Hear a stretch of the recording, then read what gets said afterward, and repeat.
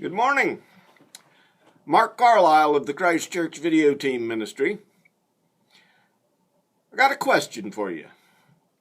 Have you ever noticed how often God puts things in your life just like pieces of a jigsaw puzzle? Well, that's happened to me on at least 3 occasions in the past couple of weeks. First, I felt led to do a video on influencers recently, as a result of a discussion in our Sunday school class.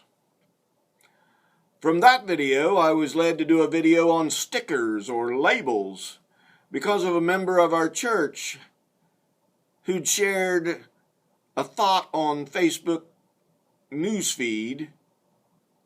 And now today, I've been led to talk about holy moments.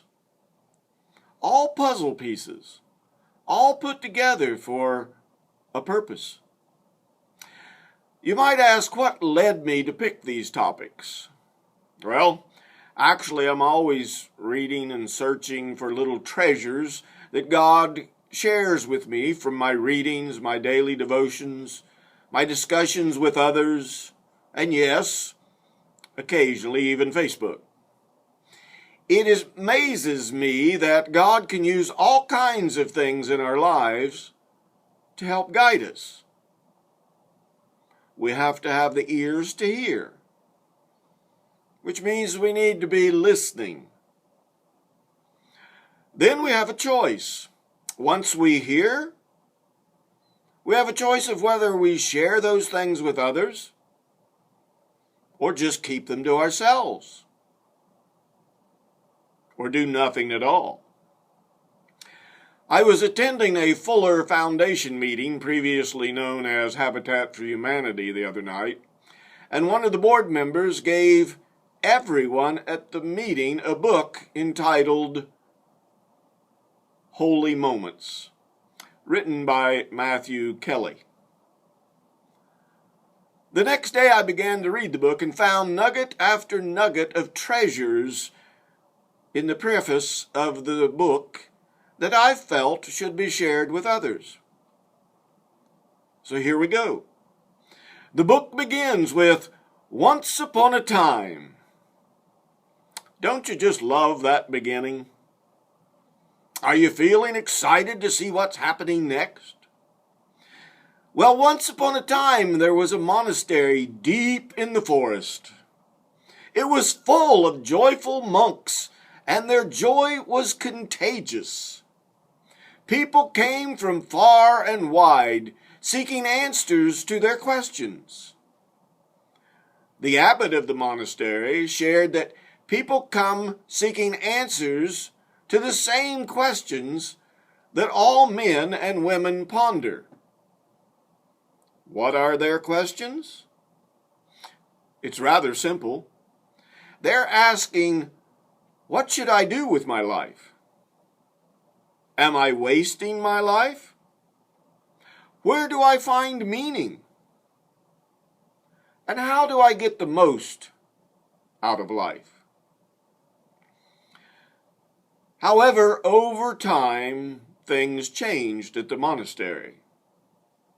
Some of the monks became cranky. You ever see that in a church? Others became jealous, and over time, the joy of the monks was gone. People stopped coming to seek answers to their questions. Remind you of anything?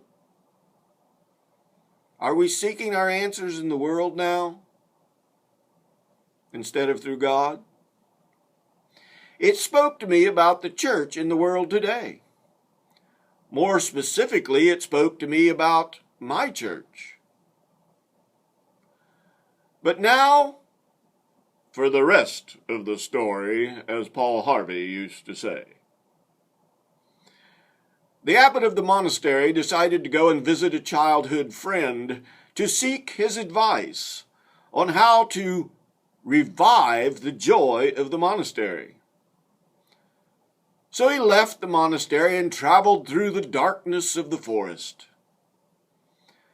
As he slept on his journey, he heard the howls of the wolves and the screeching of the birds. His heart raced, but he wasn't afraid.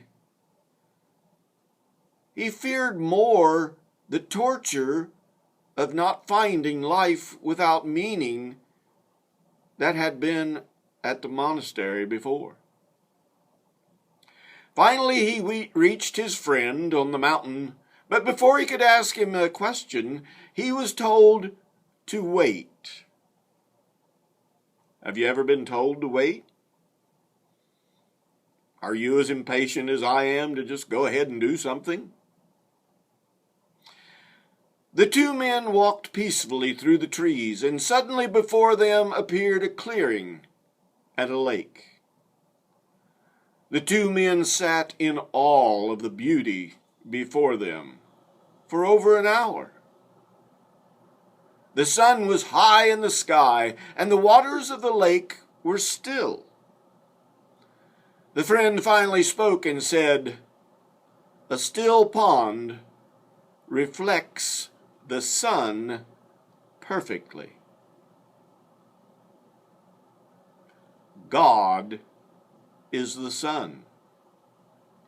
When your soul is still and clear, you reflect the truth, beauty, and goodness of God to everyone you encounter. Then the abbot was about to ask his question regarding the monastery. And he did. And afterwards the friend replied, "Go back and tell the brothers the Messiah is among you." Can you determine what happened next? The monastery was rejuvenated. A new spirit of cooperation between the monks began, and they praised and encouraged each other. Forgiveness returned to their hearts, and they were kind to each other. And once again, the joy of the monks was contagious.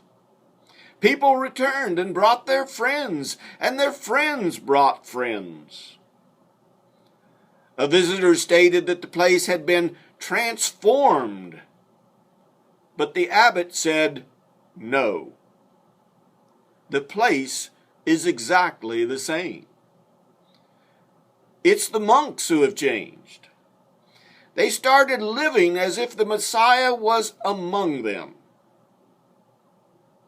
I think the revival at Asbury and other universities throughout our country exemplify this same situation. The presence of the Lord, the Messiah, is among them, and joy has filled their lives. Others have been drawn to this joy. Friends have brought friends to experience this joy. Some have traveled across the country to be a part of this experience. It is growing from place to place, and yet the world hasn't even acknowledged it. Why? Because Christ is not of the world. Let's begin to focus on the world as Christ wants us to do, and bring joy to our city, our churches, our communities. Let's be joyful with each other, not grumble, not complain, not be jealous. Today, let's apply this lesson to our lives, our church, and our community, and praise the Lord, for he has come.